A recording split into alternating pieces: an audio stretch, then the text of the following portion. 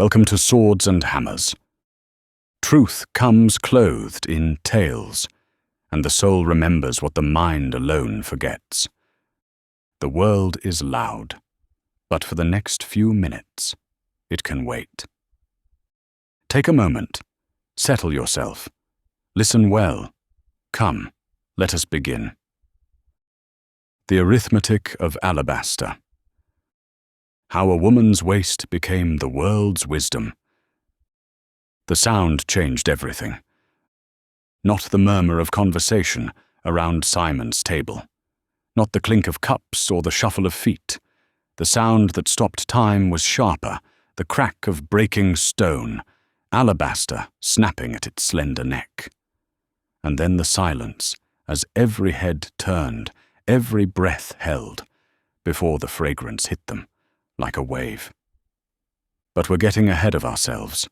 To understand what happened in that house in Bethany, we need to understand what she carried in her hands. The weight of 300 days.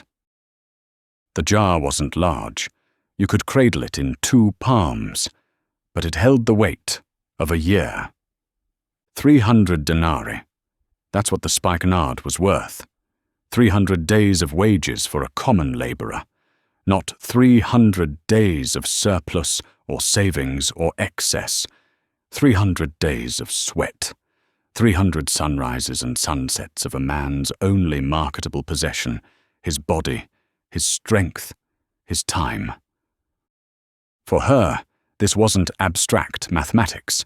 This jar represented something more visceral than investment portfolio or retirement account.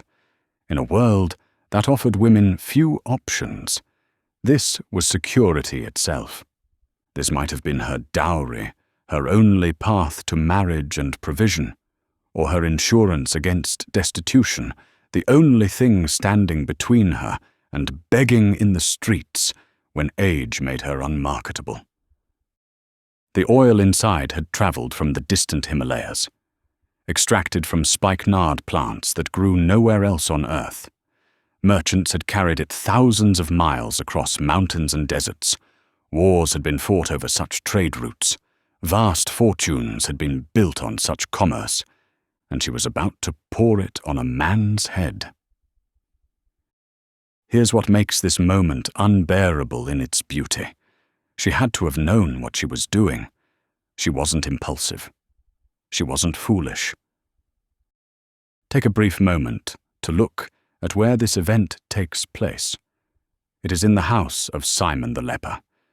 Except Simon isn't a leper anymore. He's healed. He's hosting dinner parties. He's been given back his life. By whom exactly? The text doesn't say explicitly, but only one person at that table had the authority to cleanse lepers. Simon's very existence, his ability to sit at a table with other human beings without crying, "Unclean! Unclean!" as he fled, was a testament to Jesus' power. The woman understood something the disciples, for all their 3 years of training, had missed entirely. She saw that Jesus was going to die. She had been listening when the others covered their ears. When Jesus spoke plainly about Jerusalem, about suffering, about the cross to come, the disciples had rebuked him or argued about who would be greatest in the kingdom. They couldn't conceive of a dying Messiah. Their imaginations were too small, too captured by dreams of thrones and power. But she saw, and seeing, she acted. The sound of surrender. Watch her now as she moves toward him. The jar in her hands isn't just perfume. It's every tomorrow she might have had, every dream of security, every hope for a future she could control. She could have opened it carefully, could have measured out an appropriate amount, could have kept some back for later. But that's not what she does. She breaks it. The snap of stone is final, irreversible. There's no changing her mind now, no saving something for herself, no middle path. The jar is broken, The oil is pouring, and the mathematics of this moment have suddenly become very strange indeed. By any reasonable calculation, this is catastrophic. She's just destroyed her entire earthly security in approximately 30 seconds. If we're being practical, if we're thinking clearly, this is insanity. But what fills the room isn't insanity. What fills the room is fragrance, overwhelming, invasive, undeniable. The spikenard doesn't politely announce itself. It conquers the space. It's in their beards, their clothes, their hair. Days later, they'll catch a whiff of it and remember this moment. The scent has made a claim on reality itself. And here's the terrible beauty. She's anointing him for burial. While his disciples are still dreaming of kingdom glory, she's preparing his body for the grave. She sees the shadow of the cross falling over him, and her love is clear-eyed enough to honor him for exactly what he's about to do. She's also crowning him king. Pouring oil on someone's head, that's not arbitrary symbolism. That's how you make kings. When Samuel anointed David, he poured oil on his head. This woman is declaring Jesus to be the anointed one, the Messiah, the King of Israel. But what a coronation! Not in a palace, but a leper's house. Not by a prophet, but by a woman.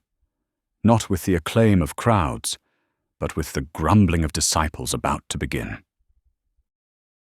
The tyranny of the practical. Some of those present were indignant. That's Mark's gentle way of saying the room erupted. The fragrance hadn't even settled before the criticism began. Why this waste? This perfume could have been sold for 300 denarii and given to the poor. And here's where we must be very careful, because this objection sounds righteous. It sounds practical. It sounds like someone doing the math, thinking clearly, prioritizing wisely. 300 denarii could feed many hungry families. This is efficient charity. This is rational compassion. What could possibly be wrong with that? Everything. Everything is wrong with it. Not because caring for the poor is wrong, it's commanded. Not because practical thinking is evil, it's often necessary. Everything is wrong with it because they've confused the principle with the person. They've made charity itself the ultimate good, forgetting that all charity, all righteousness, all love flows from one source, a right relationship with Jesus Christ. They can calculate the market value of perfume. They cannot perceive the infinite value of the Son of God sitting before them. This is the mathematics that destroys us. We think we can weigh Jesus against other good things, as if he were simply one item in our budget of values. We think we can give him some of our resources, some of our time, some of our devotion, and invest the rest elsewhere. But here's the paradox that explodes all our careful calculations. You cannot give Jesus part of anything. You cannot budget him. You cannot manage him. Either he's worth everything, or he's worth nothing. Either he's the pearl of great price for whom you sell all you have, or he's just another religious teacher who gets an hour on Sunday. The disciples are thinking in terms of scarcity. This is too much. This could have been used more efficiently. But worship doesn't operate by the logic of scarcity. Worship operates by the logic of love, and love doesn't calculate. The verdict that reframes reality. Jesus speaks, and his words cut through the criticism like light through darkness. Leave her alone. Not both perspectives have merit. Not let's find a middle ground. Just leave. her alone. She has done a beautiful thing to me. Beautiful. The Greek word is kalos, morally good, noble, fitting, something right. Jesus isn't just saying it was aesthetically pleasing. He's saying it was the most appropriate response possible to his identity and mission. Then he addresses their objection directly. The poor you will always have with you, and you can help them any time you want. But you will not always have me. This verse has been twisted to justify neglecting the poor. That's precisely backward. Jesus is quoting Deuteronomy. The poor will never cease from the land. Therefore, I command you to open your hand wide to your brother. The obligation to care for the poor is permanent, ongoing, non-negotiable. But the opportunity to anoint God incarnate for his burial is not ongoing. It's unique. It happens once in the history of the cosmos and never again. The woman recognized the sacramental nature of the moment. Some opportunities come only once. Miss them and they're gone forever. She did what she could. This is not consolation. This is the highest commendation possible. In Greek, what she had, she did. She took everything, all her security, all her provision for the future, all her earthly treasure, and gave it to Christ. She held nothing back. She calculated nothing.